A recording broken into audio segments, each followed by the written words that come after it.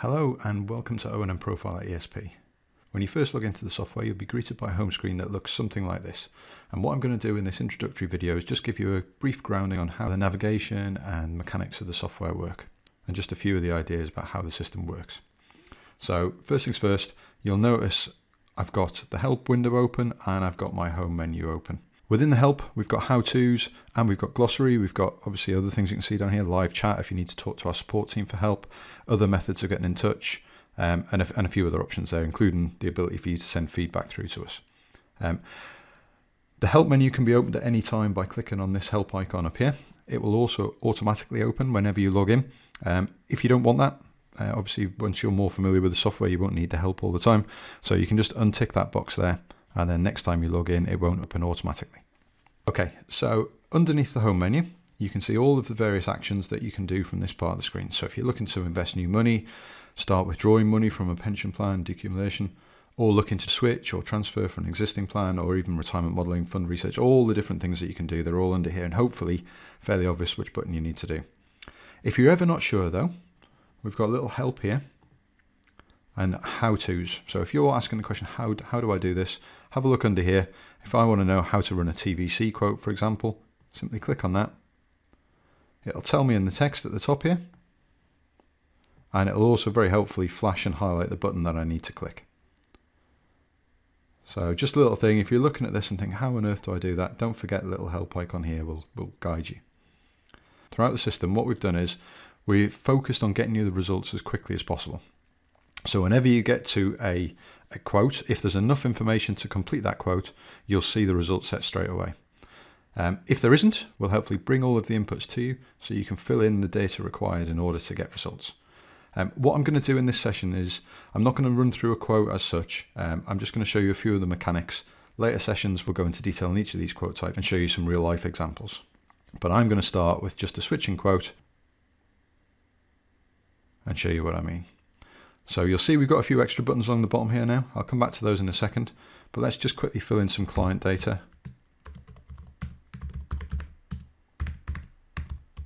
And you'll see as we go, the red boxes around here are where we need to fill information in. And you'll notice up in the top here, we've got an exclamation mark that tells us there's something we still need to do.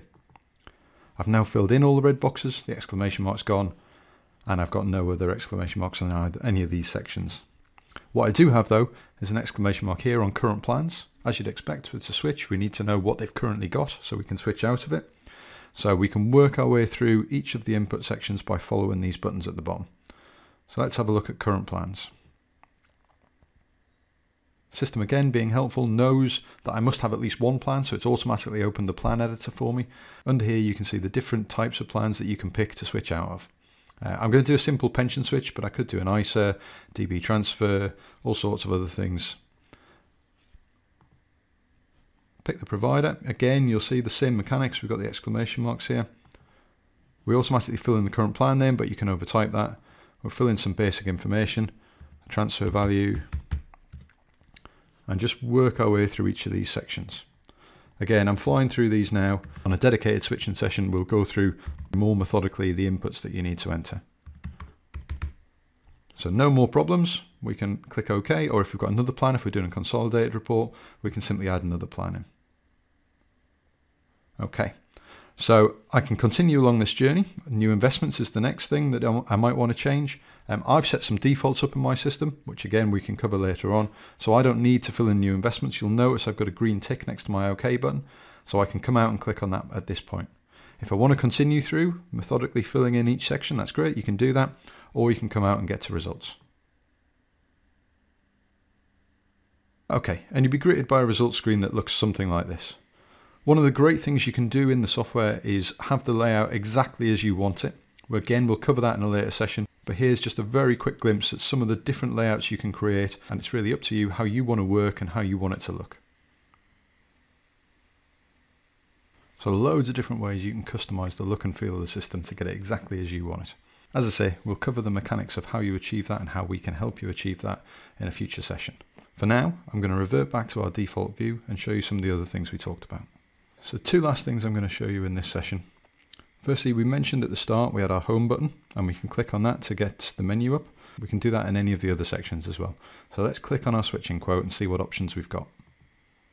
So if we want to make changes to this quote, it's really easy. If we want to make a change to the current plan, the new investments, obviously I skipped through that on the way through. We can now go in and say, let's have a closer look at new investments. Click on that. It'll take us to the new investment section. You can see we can navigate from here. We can come back to our quote. We can follow it up. We can go into a different section. We can filter the products, add advisor charging, and all of these things you can do. They're all available under that switching quote button. What you can also do from here is print the switching report. We appreciate printing reports is something you're going to do a lot. So we've also added an extra shortcut in for you.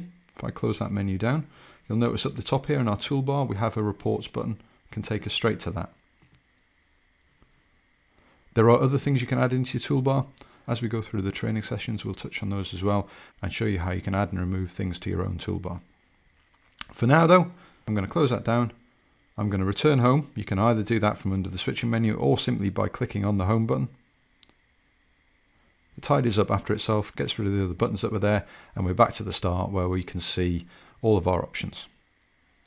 Last thing to show you in this introductory session is simply the shortcut back into that last piece of work you were doing. So when we want to create a new quote, we click on the big switch or transfer button. When we want to go back to something we've done before, we can either use the existing quotes and search for it, or if it's something we've done recently, we can click on these three little dots, give us a full list of what we've done. There's our switching quote. Let's go back into it. As I mentioned, because we can generate results, we're going to take you straight to that results screen. But don't forget, if you want to make any changes at all, click on the button and you can go straight back into where you want to make the change. We've obviously only scratched the surface in this first session. There are follow-up videos available for you, and we're adding to those all the time that go through the specific sections of the system, so please look out for those. If you've got any questions at all about using the system now, please give us a call. Our support team, our customer care team are here to help you on 01206 222 191. Thanks for watching.